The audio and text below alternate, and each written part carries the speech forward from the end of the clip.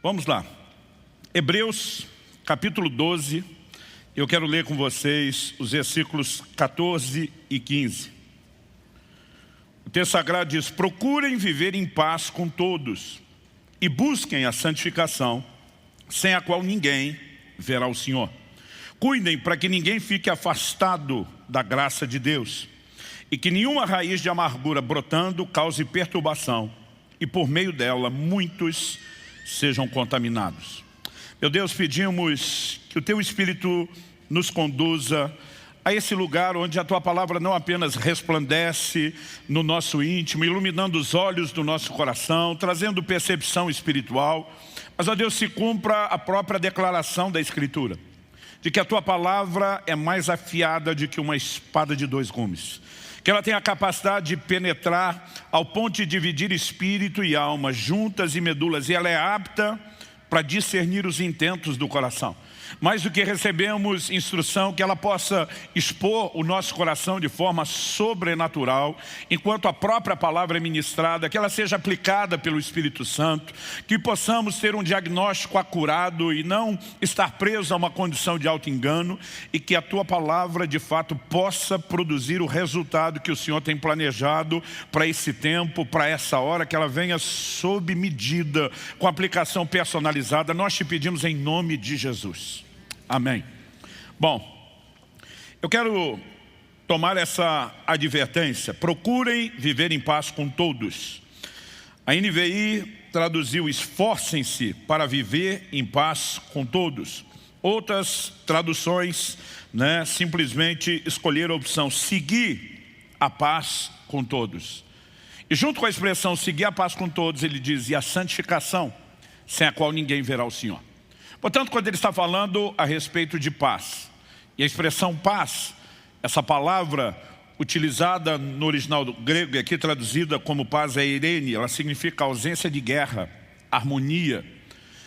Eu e você precisamos entender que a Bíblia não está sugerindo apenas algo que é mais do que bom, importante para as nossas emoções, mas também para a nossa vida espiritual. Andar em paz, em ausência de guerra, de conflitos, não apenas traz uma harmonia emocional, mas significa parte do desenvolvimento espiritual, do nosso processo de santificação. Dito isso, na sequência, o versículo 15 faz a advertência: cuidem. Outras traduções dizem: tomem cuidado. Cuidem para que ninguém fique afastado da graça de Deus e que nenhuma raiz de amargura brotando cause perturbação e por meio dela muitos sejam contaminados. Depois de falar de paz, com recheio de santificação, mesclando paz com o que será dito, a Bíblia fala a respeito de um cuidado que eu e você devemos tomar com essas tais raízes de amargura. E é sobre isso que eu quero falar hoje. O tema da minha mensagem não é apenas um chamado ao exercício do perdão, mas talvez a gente possa se concentrar principalmente em evitar a raiz de amargura do que só apenas lidar com ela. E na minha mensagem, ao falar a respeito das raízes de amargura, eu quero começar enfatizando a importância de evitá-las. Mas vou terminar também falando a respeito de como tratar com elas, se falhamos em evitá-las no meio do processo. E eu gostaria que a gente pudesse olhar para esse assunto não como algo que diz respeito apenas a preservar a ordem emocional do nosso ser. Nós precisamos entender que o assunto é espiritual. Quando a Bíblia está relacionando com santificação, quando a Bíblia está dizendo que a gente tem que cuidar para não se privar da graça de Deus, ela simplesmente está sendo clara o suficiente para que eu e você entendamos que a maneira como lidamos com as raízes de amargura, com o perdão ou a falta dele, afeta em essência o nosso relacionamento com Deus e a nossa vida espiritual. Desordem ou harmonia emocional pode ser uma consequência, um efeito colateral. Mas o cerne da questão diz respeito à vida espiritual, e essa é a aplicação que eu quero trazer. Quando a palavra de Deus está falando a respeito de seguir a paz com todos, e esse é o primeiro aspecto que eu quero trabalhar, ela nos mostra a importância de entendermos um padrão, um estilo de vida, o padrão comportamental do cristão. Em segundo lugar, Quando eu falar da consequência de não seguir a instrução de seguir a paz com todos, que é privar-se da graça de Deus, eu quero ampliar talvez o peso ou o choque que a advertência carrega. E nesses dois primeiros pontos, seguir a paz com todos, privar-se da graça, eu quero trabalhar principalmente o conceito de que nós precisamos evitar a ofensa, ou a armadilha da ofensa, do ressentimento, da amargura. Mas depois, em terceiro e último lugar, eu vou trazer a perspectiva bíblica de como lidarmos com a raiz. Se falhamos em evitar, como evitar que esse processo continue e como nós podemos resolver esse tipo de coisa ou de questão. Na segunda carta de Paulo aos Coríntios, no capítulo 2, nos versículos 10 e 11, o apóstolo Paulo aborda a questão do perdão e ele eleva esse assunto para o plano espiritual, que é a leitura que eu quero que a gente tenha. Não se trata apenas de uma questão de ordem emocional, mas da vida espiritual. Ele diz assim, versos 10 e 11 de 2 Coríntios 2, a quem vocês perdoam alguma coisa, eu também perdoo. Pois o que perdoei, se é que perdoei alguma coisa, eu fiz por causa de vocês na presença de Cristo. Preste atenção à frase, na presença de Cristo. No 11 ele diz, para que Satanás não alcance vantagem sobre nós, pois não ignoramos quais são as intenções dele. Outra tradução diz, pois não ignoramos as suas maquinações, os seus ardis. Então o apóstolo Paulo está falando que uma decisão de perdão é algo que se faz na presença de Cristo. Vida espiritual, relacionamento com Deus. E ele diz, e esse zelo por manter esse assunto bem resolvido na presença de Cristo, é para que Satanás não leve vantagem sobre nós, não alcance vantagem sobre nós. O que significa que num ambiente onde não há perdão, há um espaço para ação, influência, eu diria até controle maligno. A ofensa é uma armadilha que Satanás usa. Deus nos criou como seres relacionais. Uma das primeiras declarações que Deus faz sobre o homem, lá no início no Éden, não é bom que o homem esteja só. A sabedoria bíblica aponta com clareza para isso. Provérbios 18:1 diz, aquele que se isola insurge-se contra a verdadeira sabedoria e busca só o seu próprio desejo.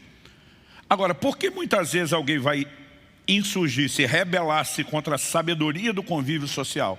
A Bíblia diz, ele quer o seu desejo, porque o convívio social envolve, entre outras coisas, renúncia, abrir mão, adequações, adaptações. Porque quem dera todo mundo, é o que nossa cabeça equivocadamente pensa, quem dera todo mundo fosse como a gente. Normalmente a forma como olhamos o mundo diz respeito ao jeito que nós somos. Normalmente temos a tendência, salvo aqueles momentos de crise pessoal, na hora que vamos analisar o mundo, nós temos a tendência de achar que o nosso temperamento é o melhor. Quando estamos em crise conosco mesmo, a gente consegue botar um monte de defeito, mas se comparar com os outros, nós somos os melhores. Então todo mundo deveria agir e comportar como a gente. Mas nós temos temperamentos, estilos de ser completamente diferentes. Aliás, eu costumo dizer, e Deus sabiamente distribuiu isso com a harmonia necessária. Um dia eu estava comentando com a minha esposa, eu falei, olha, dizem que a quantidade de coléricos, que é o meu temperamento, é de cerca de 3% apenas da população. Eu falei, por que tão poucos? Minha mulher falou, porque a gente não aguentaria mais de vocês.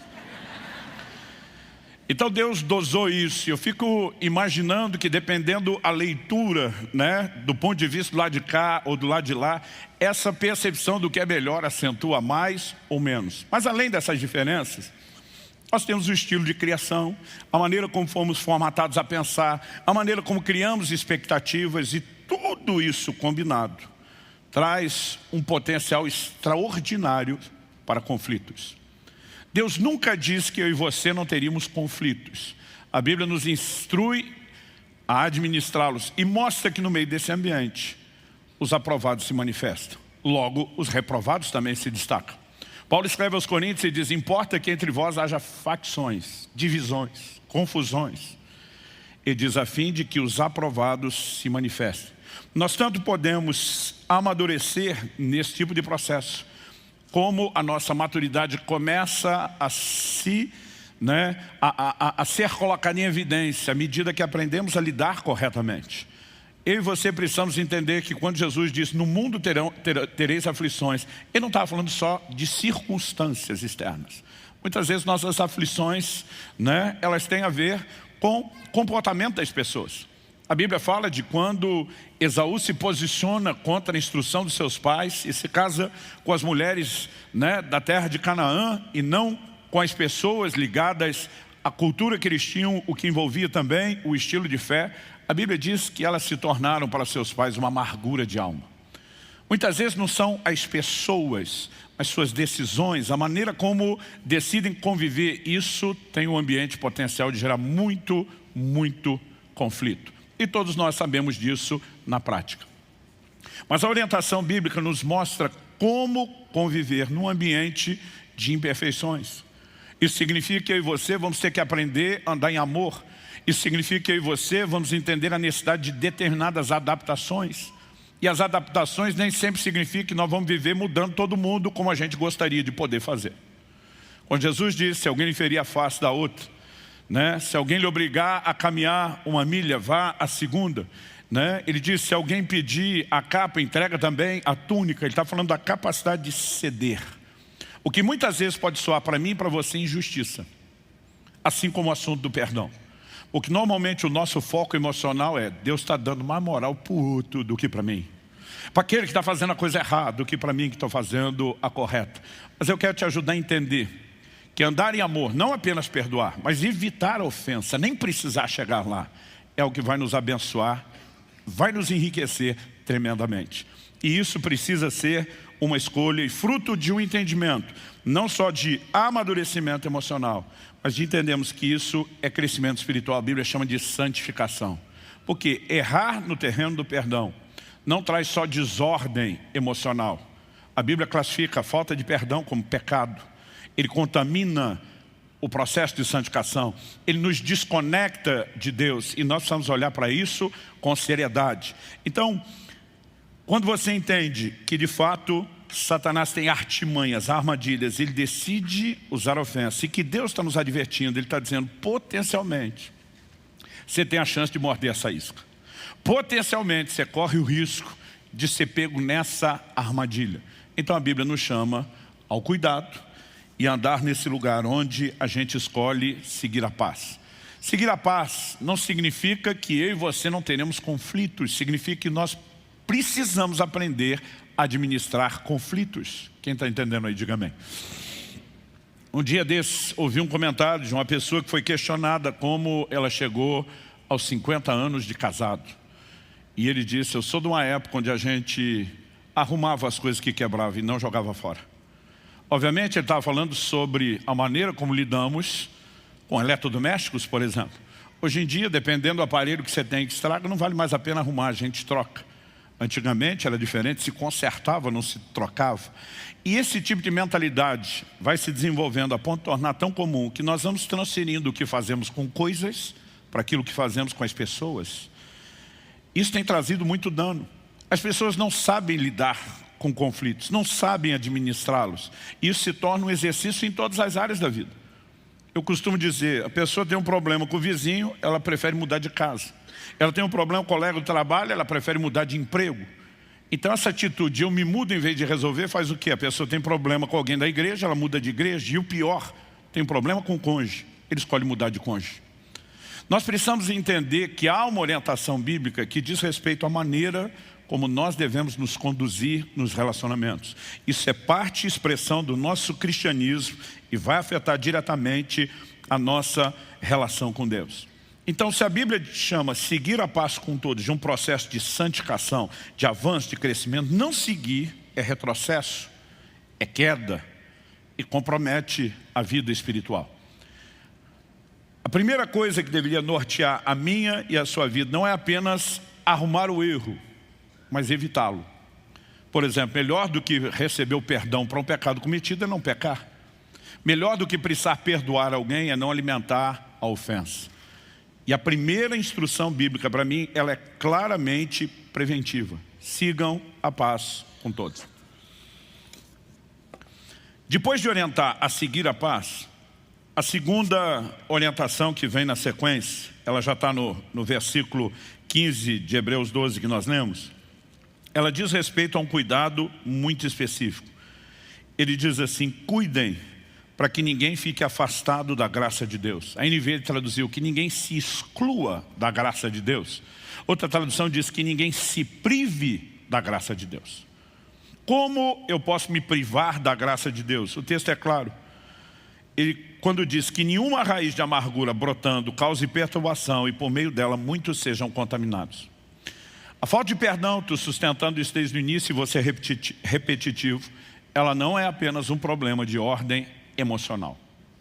Ele não traz caos e um transtorno apenas no nosso ambiente emocional.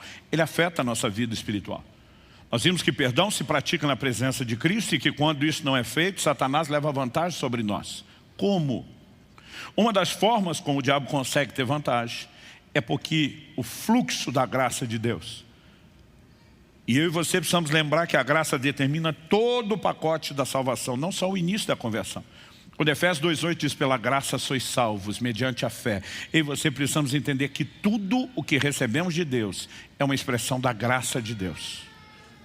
Quem está entendendo? Agora, não só a conversão, todo o crescimento, a santificação, as bênçãos, o favor, tudo o que Deus fará na minha e na sua vida é uma expressão da graça. Mas a graça não age sozinha. A graça não age de forma unilateral. Se assim fosse, não haveria uma orientação bíblica, que ninguém se prive da graça, que ninguém se exclua da graça, que ninguém se afaste da graça. Se a graça agisse sozinha de forma unilateral, ela nos privaria de si, mas não o contrário. Mas quando a Bíblia está dizendo para que eu e você não nos privemos da graça, significa que a graça não age sozinha. Aliás, eu gosto de dizer que na definição teológica a graça não age, ela reage, ela interage. E quando eu e você começamos a entender isso, desde a conversão, Romanos 5,2 diz: pela fé temos acesso a essa graça. Se a graça agir sozinha, era ela que nos acessava. Quando a Bíblia está dizendo que pela fé nós acessamos, significa que nós temos responsabilidade, nós temos parte no processo. E podemos agir de uma forma errada a ponto de comprometer o fluxo da graça de Deus na nossa vida. Agora, se tudo o que provamos de Deus depende da graça, e nós comprometemos o fluxo da graça, o quão danoso, o ressentimento, a amargura, a falta de perdão pode se tornar. O apóstolo Paulo escreve em 2 Coríntios, no capítulo 6 e no versículo 1.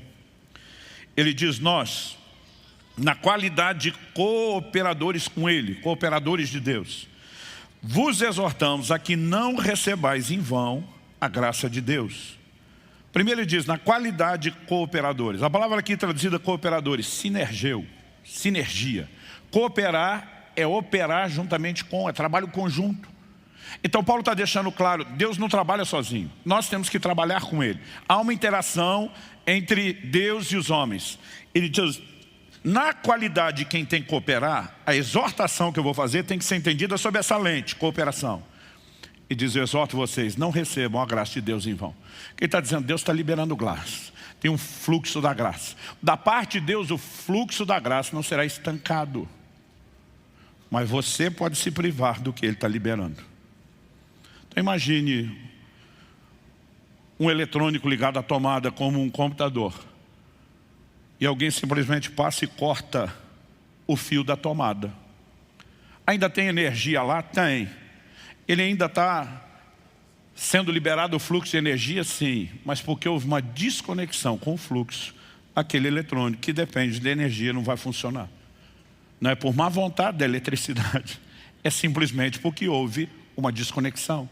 E a Bíblia está dizendo, tomem cuidado para não se excluir da graça de Deus. Quem está acompanhando a ideia?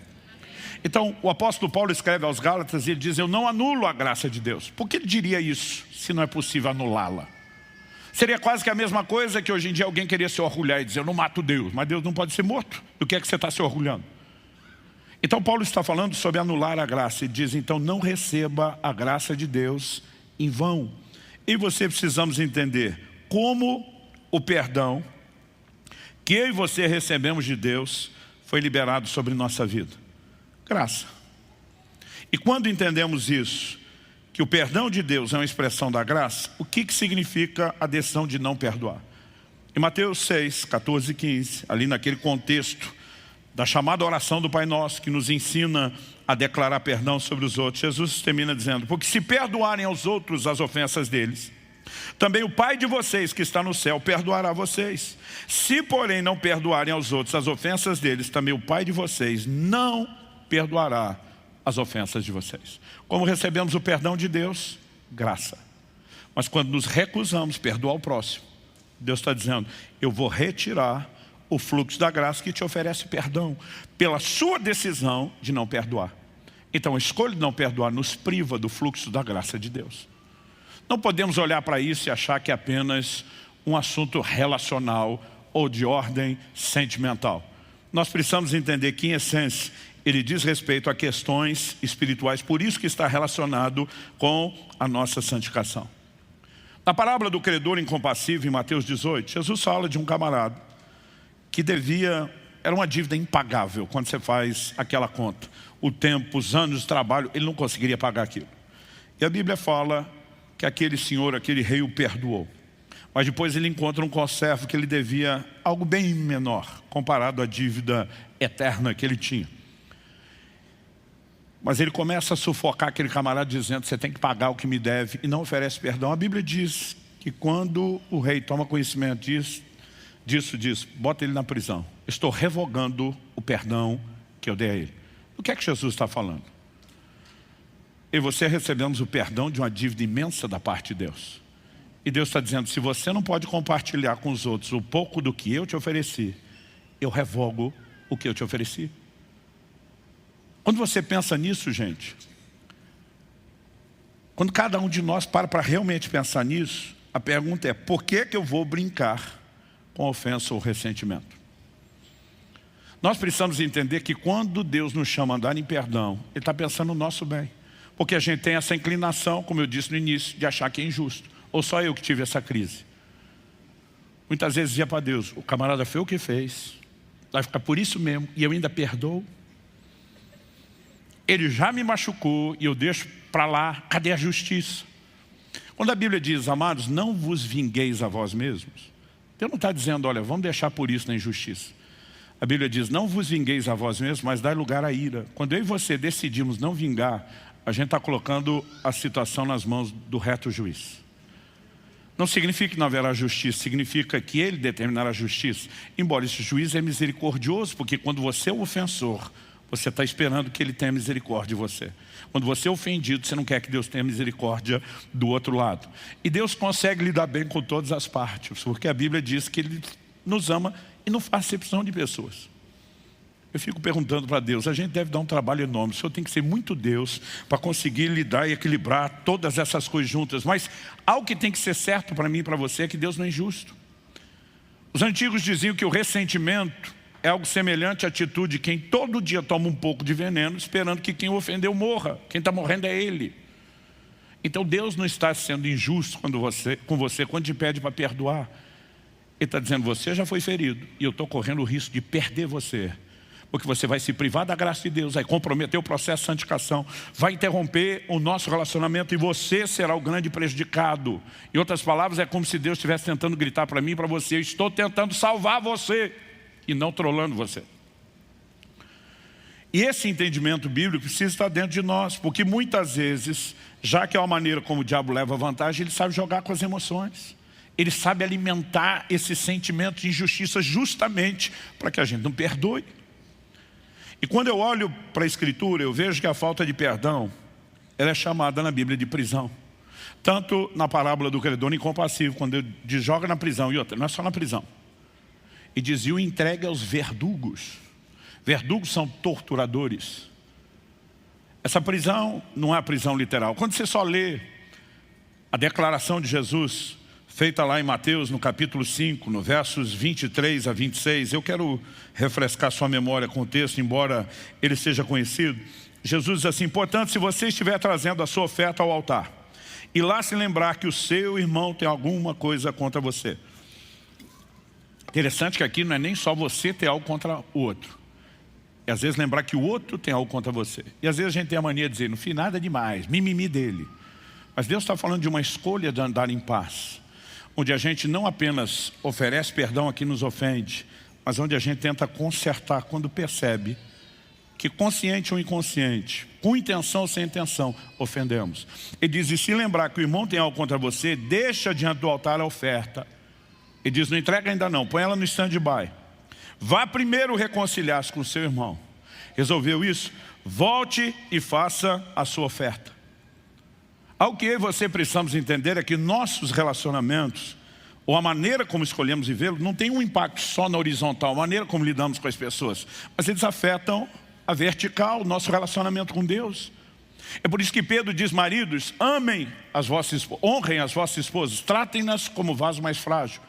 Ele não está só dando uma dica de um marido sábio, dizendo, meu amigo, se tu quer ter um pouco de paz e harmonia debaixo do teto, um pouquinho mais de alegria, trate bem. E diz assim no final, para que não sejam interrompidas as vossas orações. Então ele está dizendo para os maridos, os cabeças do lar, ele está dizendo, cabeção, se você não tratar direito sua mulher, você não tem um problema só na horizontal, o que já não vai ser bom para você. Você tem um outro na vertical. Suas orações serão interrompidas, porque a forma errada de viver relacionamentos interrompe o relacionamento com Deus. Paulo escreve a Timóteo e diz, eu exorto, pois que os homens orem em todo lugar, levantando mãos santas, sem ira nem contenda. Definição de mãos santas, sem ira nem contenda. Ira e contenda é o quê? Pecado de relacionamento. A menos que você tenha a habilidade de se irar consigo mesmo e só contender consigo. O que normalmente a gente não costuma presenciar. Outro dia eu soube de uma pessoa que ele era tão problemático, mas tão problemático, que morava sozinho e fugiu de casa.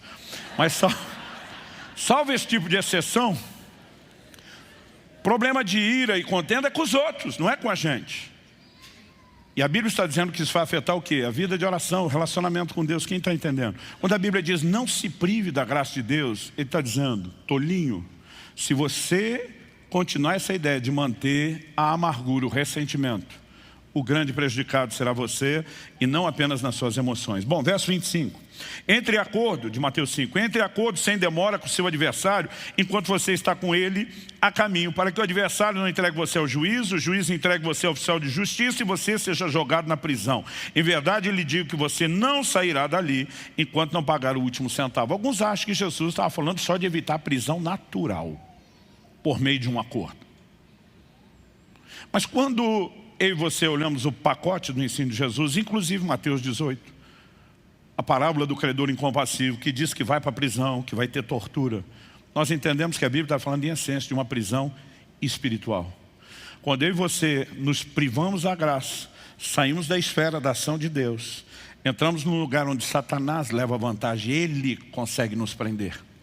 E além de prender e amarrar nossa vida, a Bíblia diz que essa prisão tem verdugos, torturadores.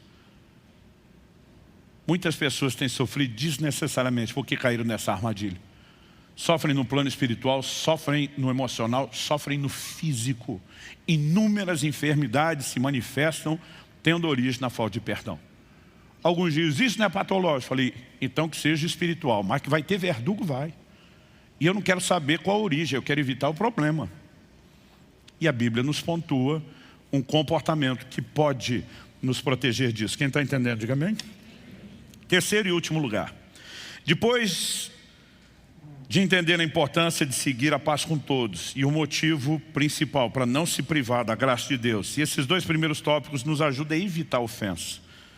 Eu quero falar agora a respeito de lidar com a raiz de amargura. Pastor, se eu não evitei, ou até consegui evitar em tantas coisas, mas acabei caindo nessa armadilha, como eu lido com isso? Seguir a paz é nem precisar perdoar, é viver acima da ofensa, é escolher andar em amor. Eu e você podemos viver nesse lugar. Isso é uma escolha e é uma decisão. Agora, não significa que nós damos manutenção a esse comportamento só com recursos humanos, naturais. Romanos 5,5 diz que o amor de Deus é derramado em nossos corações pelo Espírito Santo. Paulo escreve aos Gálatas e diz, o fruto do Espírito é amor. E quando falamos desse tipo de amor, ágape, o amor perfeito do tipo de Deus, ele é paciente, ele não se irrita, ou seja, nós precisamos de um combustível sobrenatural para viver esse nível de tolerância. Se relacionar significa muitas vezes adequar, ceder e não só tentar transformar os outros. para que a gente consiga negar o cerne daquilo que é a expressão da nossa carnalidade, que é o egoísmo, nós precisamos de um combustível sobrenatural. Primeiro, é possível evitar, mas se percebemos que falhamos em evitar, que a gente não erre duas vezes, deixando de aplicar algum tipo de intervenção que impeça o processo de crescer, porque ele sempre será progressivo. Primeiro, a Bíblia fala de uma raiz de amargura. Raiz é aquilo que normalmente fica onde? Para baixo do solo.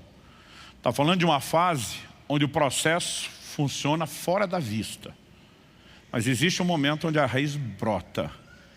E aí vem a público e se torna visível.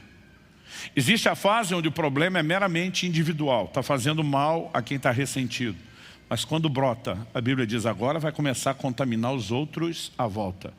E aquilo que antes era um problema para a emoção de um indivíduo e para a vida espiritual de um indivíduo, agora pode progredir, se tornar um problema para as emoções e para a vida espiritual de vários indivíduos. Não é difícil você perceber uma pessoa amargurada. Um pouco de conversa já revela isso. A dor que alguns expressam da maneira como falam, né, já denuncia isso, até porque a Bíblia diz que a boca fala do que está cheio o coração. O problema é que quem está transbordando já acostumou com aquilo e não percebe que agora, além de estar tomando veneno, está destilando veneno nos outros. Ou você nunca tomou a dor de outros? Só eu que fui o tolinho de fazer isso. Eu lembro que recém-casado, um dia eu disse para a Kelly, falei, meu amor, você está vindo para um lugar de pastoreamento, aqui nós temos aconselhamento. Falei, presta atenção numa coisa importantíssima, que ninguém me falou quando eu fui pastorear. Nós fomos aconselhar um casal, você vai ouvir o primeiro cônjuge, não importa se é o marido ou a esposa. Quando ele terminar de falar, você já está com raiva do outro. Mas quando você termina de ouvir o outro, você está com raiva do primeiro. Porque cada um tem razão, mas não tem jeito dos dois ter razão. Eu falei, talvez cada um tenha um pouco de razão, mas nós precisamos saber como lidar com isso. Muitos de nós não temos nem a sabedoria de ouvir a outra parte envolvida. Paulo, em determinado momento, bate o pé e fala sobre a importância de que ninguém seja acusado sem direito de defesa. Quantas vezes nós compramos a amargura de alguém, passamos à frente aquela versão contaminada, ajudamos a contaminar outros, sem sequer dar oportunidade à outra parte de se posicionar. Ou de trabalharmos dessa forma com mediadores. Fulano está assim, qual a sua versão? Qual a sua leitura? Porque a sua versão não é necessariamente a verdade, ela pode ser a sua leitura. Então eu, como alguém de fora, sem me envolver, posso ajudar vocês. Nós precisamos ser muito vigilantes nisso. Mas pastor, não evitei, a raiz da amargura entrou. O que é que fazemos agora? Logicamente que a resposta, se a gente for falar só de forma direta, perdão. Mas a gente precisa entender melhor a dinâmica de funcionamento do perdão. E antes de falar de princípios bíblicos para aplicar o perdão, eu gostaria que a gente entendesse o seguinte: se a Escritura comparou a amargura a uma raiz, que depois brota, tem todo um paralelo do funcionamento das plantas. Considerando isso, eu e você precisamos pensar em outras informações que a Bíblia nos dá a respeito das plantas, que não são meramente informação, né, de ordem botânica, para a gente acumular conhecimento. Mas também tem aplicações espirituais. Um dia eu estava lendo Mateus capítulo 13, a parábola do semeador. E eu percebi que Jesus menciona que uma das sementes caiu em solo rochoso, pedregoso. Na hora de explicar, ele fala de como a semente germina ali, mas a raiz não consegue se aprofundar. Por quê? Tem pouca terra, tem pedra logo. E porque a terra não é profunda, a raiz não consegue, ela fura o solo, mas não fura a pedra. Então ela acaba ficando, na sua maioria, exposta para o lado de fora. Quando a raiz foi desenhada pelo Criador para ficar do lado de dentro, debaixo da terra. Por quê? Lá no escuro, ela sobrevive. Jesus diz que essa que fica na superfície, quando sai o sol, ela seca e ela morre. Quando falamos de uma semente como a palavra de Deus que vai dar bons frutos, nós não queremos que morra. Mas quando estamos falando de uma raiz de amargura, nós queremos é que a miserável morra, porque senão ela vai nos matar. E a Bíblia está dizendo que se a gente tira do escuro de debaixo do solo e traz a luz de Deus, essa raiz pode secar. O problema é que por muito tempo a gente não traz isso à luz. E depois, quando ela ganha força e finalmente brota, ela vai tornar público. Mas agora eu e você estamos na fase em que se tornou público não para abortar o processo, agora é para contaminar os outros. Nós precisamos ser honestos com sentimentos que a gente não consegue lidar, não só conosco mesmo e com Deus. Eu acho que em primeiro lugar trazer a luz diante de Deus, mas a Bíblia fala a respeito da necessidade de que a gente confesse as coisas uns aos outros. E para mim tem sido importante ao longo da caminhada não só dizer para Deus, mas às vezes chamar alguns amigos e dizer: ei, ora comigo. Eu estou sendo carnal, meu coração está assim, está assado. Sei que é errado, você não precisa pregar nada para mim. Só preciso expor.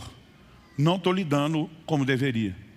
E a Bíblia diz, não só para a gente confessar as culpas uns aos outros. O texto diz, e orai uns pelos outros, para serdes curados. Quantas vezes só de cuspir aquele veneno, de vomitar, colocar aquilo para fora, e dizer agora bota a mão na minha cabeça, ora comigo, me ajuda. Você percebe a realidade do que a Bíblia diz, para serdes curados. Nós podemos secar essa raiz, trazendo ela à luz. E também podemos parar, não só de mantê-la preservada lá no escuro, mas de dar a ela o que ela precisa. O que é que uma raiz precisa? De água.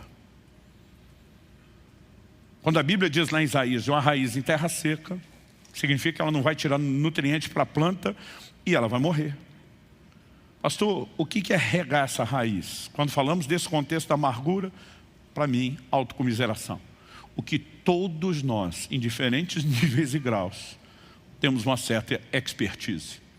A gente tem a capacidade de lamentar, de lamber nossa própria ferida, né? De simplesmente trabalhar aquilo de tal... E quanto mais eu e você fazemos isso, maior a probabilidade de que a raiz não só perdure, mas cresça, desenvolva. Agora, se eu e você decidimos, eu não vou secar isso. Eu não vou ficar com dó de mim mesmo. Eu não vou alimentar meu próprio egoísmo e carnalidade. Eu escolho andar em amor. Nós começamos a secar essa raiz. Quem está entendendo, diga amém. Porque muitas vezes a gente fala do perdão de uma forma tão subjetiva que fica até difícil praticar. É que nem dizer, você tem que crer.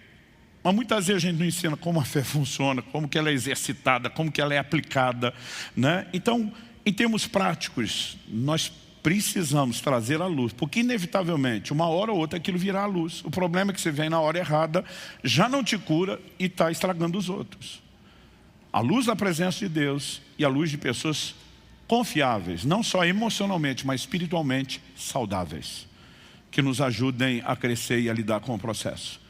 E tomar uma escolha. Eu não vou ficar nesse ambiente de autocomiseração, né? Lambendo minha própria ferida com o perdão da expressão e da ilustração. Eu e você precisamos entender, e eu sempre falo isso, que a decepção é proporcional à expectativa. Quanto maior é a nossa expectativa com as pessoas, maior é a chance da gente se decepcionar. É por isso talvez as maiores dores aconteçam no ambiente familiar e das pessoas de relacionamento mais próximo. No Salmo 55, dos versos 12 a 14, o salmista fala algo interessante que me tem feito pensar muito sobre essa dinâmica prática dos relacionamentos. Ele diz assim, porque não é um inimigo que me afronta. Se fosse, eu suportaria. Nem é o que me odeia quem se exalta contra mim, pois dele eu me esconderia. Mas é você, homem, meu igual, meu companheiro, meu íntimo amigo. Juntos nos entretínhamos e íamos com a multidão à casa de Deus. Está dizendo, se fosse inimigo, eu estava alerta. Se fosse quem me odeia, eu me preveniria. Mas você não. Com você eu baixei a guarda. Com você eu estava exposto. Com você eu estava vulnerável. E muitas vezes nesse ambiente de expectativas, e nós falhamos. Nós projetamos no comportamento dos outros um padrão de perfeição que nem nós oferecemos. E de alguma forma a gente insiste nisso. Em vez da gente ter aquela mentalidade, estamos entrando num lugar e num ambiente, em qualquer relacionamento, inclusive no casamento, onde as imperfeições vão aparecer e a gente já espera aquilo para poder lidar com o comportamento esperado, a gente cria uma expectativa completamente diferente. Alguém me perguntou outro dia, pastor, por que essa crise de quando a criança chega à adolescência com os pais? Eu falo, olha, eu não estudei tanto sobre o assunto, mas já vi muita água passar debaixo da ponte. Enquanto os filhos estão na fase de criança, eles olham para nós, os pais, como se a gente tivesse superpoderes. Eu, quando garoto, achava que meu pai tinha superpoderes. Meus filhos achavam o mesmo de mim. Eu tinha a mania de brincar quando parava no farol e dizer, olha a autoridade do papai. Eu vou contar até 3, quando eu der uma voz de comando, a luz vermelha apaga, a verde acende. E eu contava 1, 2, 3, 3, 2, 1, verde. Quando eu abri o verde, eles, uau! Eu brinquei tanto com aquilo. E um dia eu estava com a cabeça longe, com alguns problemas que tinha que lidar. Parei no farol, esqueci, meus filhos ainda pequenos. Pai, o que foi? A luz, o senhor não vai falar? Nem deu tempo de contar. Verde, já estava em cima do laço. Abriu, eles, uau! E eu voltei a pensar nos meus problemas. Um deles perguntou, papai, como é que você consegue? E eu distraído com aquilo. Simplesmente disse, papai fica olhando a luz do outro farol. Quando aquela apaga, a de cá vai acender e a hora que eu vi eu tinha entregado o ouro. Só que mesmo entregando o ouro, eu nunca imaginei que eles levaram aquele negócio tão a sério. Eu lembro a cara de decepção deles. Gente, vocês não têm noção. Um deles me perguntou, quer dizer que o senhor não tem superpoder? Eu falei, não. E a gente esquece de como a coisa já foi. Eu brinco até hoje, quando era garoto, meu irmão mais velho, que era meu herói, me trollou. A gente estava cantando na igreja um hino antigo que dizia chuva de bênçãos. Nós temos chuva de bênçãos do céu. Eu, como criança, olhei para ele e falei, o que é chuva de bênção? Ele falou, não conhece não? Eu falei, não. Ele falou, não tem a chuva de água? Eu falei, essa eu conheço. Então, a chuva de água ela vem do céu e molha a terra, não é? Eu falei, é. Ele falou, chuva de bênção, ela sai do chão e molha o céu. Eu passei anos procurando a chuva até descobrir com o entendimento que me trollaram. Ele até hoje brinca, você tem que me perdoar. Eu falei, não, está perdoado. Mas vou entregar sua trollagem para o mundo inteiro. Gente, aquilo foi uma decepção inexplicável. Então, se com coisas pequenas a gente consegue decepcionar, imagina as maiores. E muitas vezes o que nós precisamos no convívio é regular a expectativa. Se eu não sou perfeito, vou falhar com os outros, por que é que eu espero perfeição dos outros e já não projeto que eu tenho que estar pronto para lidar com falhas? Nós precisamos reprogramar a maneira de pensar e viver os relacionamentos à luz da Escritura. Deus, o Criador, o fabricante, deu para mim e para você, quando nos criou o manual do fabricante, que nos ensina a relacionar. E depois de entender essas dinâmicas, que para mim não são só ferramentas psicológicas, espere corretamente. Outra coisa, de forma prática, quando Jesus está na cruz e diz, Pai, perdoa-lhes, porque não sabe o que fazem. Ele nos ensina a olhar para o ofensor como vítima. Ele é vítima da ignorância, ele é vítima de alguém que o feriu. Muitas vezes nós não conseguimos perceber o comportamento e a reação de alguns. Mas a gente poderia ter um pouco de empatia se você conseguir se colocar na pele do outro. Eu lembro de uma ocasião, eu estava na praia, estava um tempo meio nublado e eu não me toquei que sem o sol aparecer forte, o mormaço queimaria, não usei protetor solar. E depois de uns dias eu volto para a igreja como? Está tão queimado que mal conseguia dormir à noite. Eu lembro quando chego na igreja, revejo alguns amigos, a gente todo mundo com saudade. Alguns já abrem o braço para te abraçar. E eu, não me toque. Porque quem está machucado não consegue ver no abraço uma expressão de afeto. Aquilo é uma ameaça. Emocionalmente, nós temos muita gente agindo assim o tempo todo. E às vezes você pergunta que bicho mordeu essa criatura. Em vez de perguntar para a própria criatura o motivo do comportamento, a gente fica julgando e avaliando. Jesus elogia Natanael, diz, eis um verdadeiro israelita em quem não há dolo. Natanael vira para Jesus e diz, de onde o senhor me conhece? Eu digo, caramba, não dá nem para elogiar o cara, quase como, quem o senhor pensa que é para falar bem de mim? Você nem me conhece. Eu estou falando bem de você, não estou falando mal, mas não me conhece. Na hora que eu tenho vontade de parar na frente de alguns e dizer, alô? Mas sabe, se você aprendemos a nos colocar no lugar de outros, a gente pode regular algumas coisas. Isso é mais do que ferramenta emocional. São orientações bíblicas, práticas e sábias. Mas a grande ferramenta para o perdão, ela é de ordem espiritual. Além do amor de Deus que é derramado em nossos corações, o perdão é um ato de fé. De acordo com a Bíblia, o perdão não tem a ver com merecimento. Eu vejo muita gente falando, fulano merece que eu perdoe. Eu digo, e você merecia que Deus te perdoasse. Efésios 4:32 diz que nós temos que perdoar como Deus em Cristo nos perdoou. A gente merecia? Não. Então a gente oferece perdão sem o outro merecer. Nós recebemos perdão por misericórdia, porque é que agora, para oferecer perdão, tem que ter merecimento? Pastor, a teoria é bonita, exatamente. Como é que a gente pratica? Fé. Perdão não tem a ver com sentimento. E também Jesus diz que não é só da boca para fora, ele diz que tem que perdoar de coração. Meu amigo, aqui está o negócio. Porque tem hora que eu e você falam, tá bom, tá perdoado. E lá dentro você sabe que está gritando, tá coisa nenhuma, cruzei o dedo. Não que você queira, mas sua emoção está te prendendo dessa forma. Quando Jesus, em Lucas 17, fala sobre a quantidade de vezes que os discípulos tinham que perdoar quem ofendesse no mesmo dia, os discípulos dizem, Senhor, aumenta a nossa fé. Eles não estão dizendo que não tem fé. Eles estão dizendo, por isso o Senhor está falando que nós precisamos de mais fé do que o que nós temos. Os caras já eram enviados por Jesus para ressuscitar morto, levantar paralítico, abrir o olho do cego, o ouvido do surdo, a boca do mudo. Eles já estavam vendo milagres extraordinários. Mas eles estão diante de Jesus dizendo, ressuscitar o morto, beleza, está bem mais fácil. Mas perdoar esse tanto, não damos conta. Por aí você imagina o tanto de fé que você tem que ter para perdoar. Quando eles pedem, Senhor, aumenta a nossa fé, o que é que Jesus responde? Se tiverdes fé, como grão de mostarda. A NVI, uma tradução que eu gosto muito, ela pecou, na minha opinião e na de muitos outros estudiosos, terrivelmente na tradução desse versículo. Ela diz, se tiverdes fé do tamanho de um grão de mostarda. Você revira aquele original grego, não existe a expressão tamanho em lugar nenhum. Mas por conta de um entendimento popular, até hoje você vê gente dizendo, se você tiver uma fezinha do tamanhozinho, de um grãozinho de mostarda resolve tudo. Ué, se a fezinha do tamanhozinho, do grãozinho de mostarda resolve tudo, por que é que Jesus condenou a pequena fé de outros? Uma hora ele repreende pela pequenez da fé, depois diz que a fé pequena resolve tudo. Jesus se decida, porque se ela resolve tudo, ter fé pequena não é um problema. Se ter fé pequena é um problema, a fé pequena não resolve tudo. O ensino de Jesus nunca falou do tamanho, ele só diz fé como semente. O tradutor pegou a ideia de que o grão de mostarda é a menor da semente e falou, Jesus deve estar falando do tamanho, nós estamos falando de multiplicação. Como você multiplica o pouco que tem? Se você planta a semente, você vai multiplicar o que tem. Pega o contexto, Senhor, aumenta-nos a fé. Ele diz, não sou eu que aumento, vocês aumentam. Como? Exercitando, usando a fé que você tem. Plante um pouco, que você colhe mais. O exercício da fé nos faz crescer.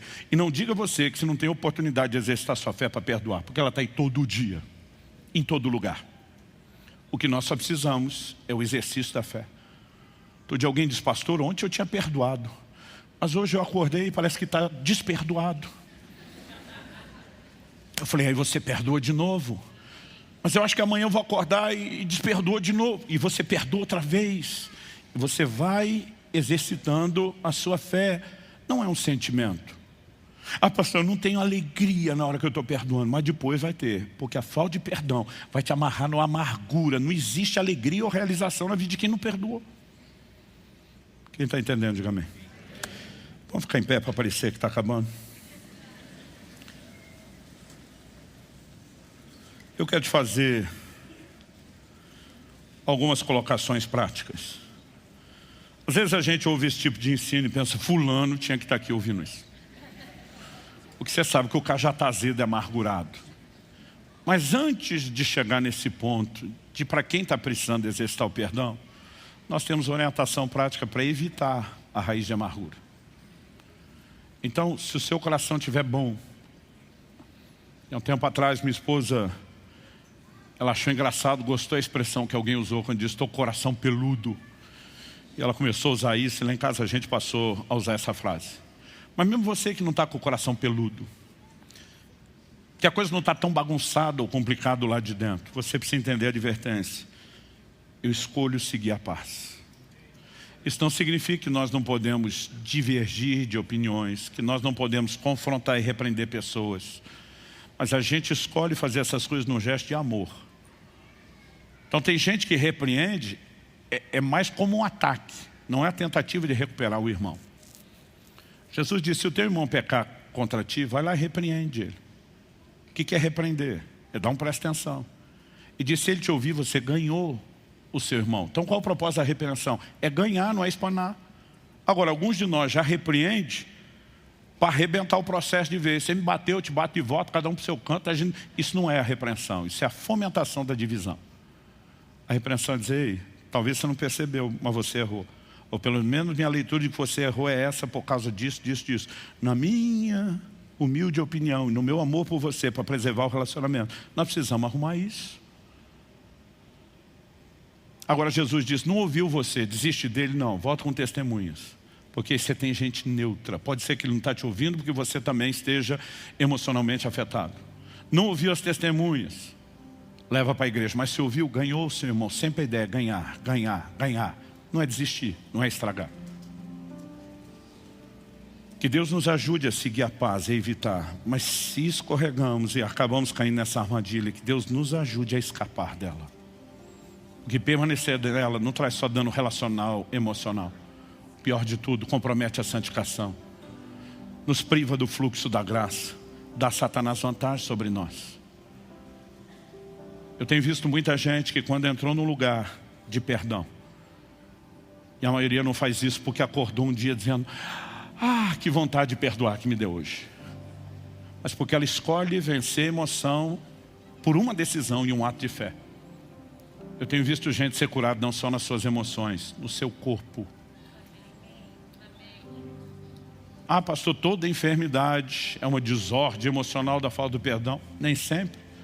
Pode ser que seja uma influência espiritual dos verdugos que levaram vantagem sobre você, mas não importa como entrou, o importante é que essa consequência saia. Não importa a origem, desde que ela vá embora. E aqueles que se recusam, eles não criam um problema só para si. Não é apenas a desconexão deles com Deus. O problema é maior. Porque quando eles não resolvem, além de comprometer sua santificação, dá vantagem a Satanás de se privar da graça de Deus. Ele sai do estágio onde ele apenas tem um problema e agora ele se torna um problema.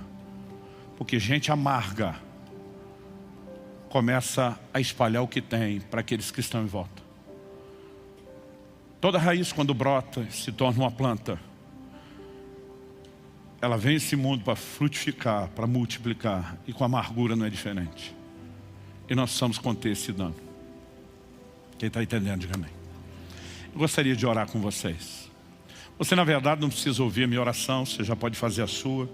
Talvez você possa dizer, Senhor, eu quero que esse alerta fique não só na minha mente, mas entre de tal forma no meu coração que eu consiga discernir situações onde a armadilha da ofensa está na minha frente, evitar cair nela. Me ajude a guardar o meu coração. Talvez você diga, pastor, essa palavra hoje para mim é mais do que um alerta. A prevenção para não ter um problema é Deus me oferecendo a chance de interromper o andamento progressivo desse problema. Eu já estou com uma raiz de amargura no meu coração. E nós podemos trazê-la à luz, primeiro a presença de Deus, e quem sabe talvez você ainda entenda e Deus te direcione a expor isso para alguém maduro espiritualmente, que também te ajude no processo. Talvez você diga, pastor, eu já estou no último estágio. Eu estou envenenado e envenenando os outros. Eu virei um veneno ambulante. Ainda assim, a situação pode ser mudada. Qualquer que seja o lugar onde você esteja, a instrução bíblica é eficaz, é importante. Se não há raiz de amargura, ela é preventiva. Se há, Deus está oferecendo uma forma de você escapar. Talvez Ele esteja te orientando para ajudar pessoas que também vão precisar da sua ajuda. Qualquer que seja a dinâmica de aplicação, eu gostaria que você orasse por isso. Fala com Deus do seu jeito, da sua maneira, com as suas palavras. Eu quero orar por você, mas nem precisa ficar ouvindo a minha oração. Vá fazendo a sua. E o importante nessa hora não é que você ore bonito, é que você ore de forma honesta, sincera. Você rasgue o coração com Deus, não porque Ele não sabe, Ele sabe tudo. Mas é porque essa honestidade, essa capacidade de expor o que está dentro de você, vai também te expor a uma ação e uma intervenção dEle. Espírito Santo, vem sobre nós. A Tua palavra é apta para discernir intentos do coração, e eu oro que qualquer amargura que tem permanecido oculta e escondida aos nossos olhos, seja trazida à luz pelo Senhor. Seja exposta pela ação da Tua palavra e aplicação do Teu Espírito Santo, mas não meramente exposta. Que seja exposta hoje para ser exterminada, arrancada. Nós não queremos apenas uma qualidade de vida emocional e relacional melhor no nível horizontal. Nós queremos isso contigo, Senhor. Não queremos ser roubados absolutamente em nada no nosso relacionamento com o Senhor ou com o fluxo da graça de Deus. E nós clamamos Uma vez que o fruto do Espírito é o amor e que o amor de Deus é derramado em nossos corações pelo Espírito Santo, nós clamamos, se é que podemos colocar um rótulo como esse, nós oramos por um batismo de amor, por uma liberação sobrenatural, por esses recursos do céu. Que o perdão não seja fruto de esforço ou um ato emocional, mas que ele possa ser um posicionamento de fé que nos leve a acessar os seus recursos. Não apenas o perdão, a escolha de seguir a paz com todos. Ajuda-nos. Nós clamamos em nome de Jesus. Em nome de Jesus. E para a glória do teu nome mesmo.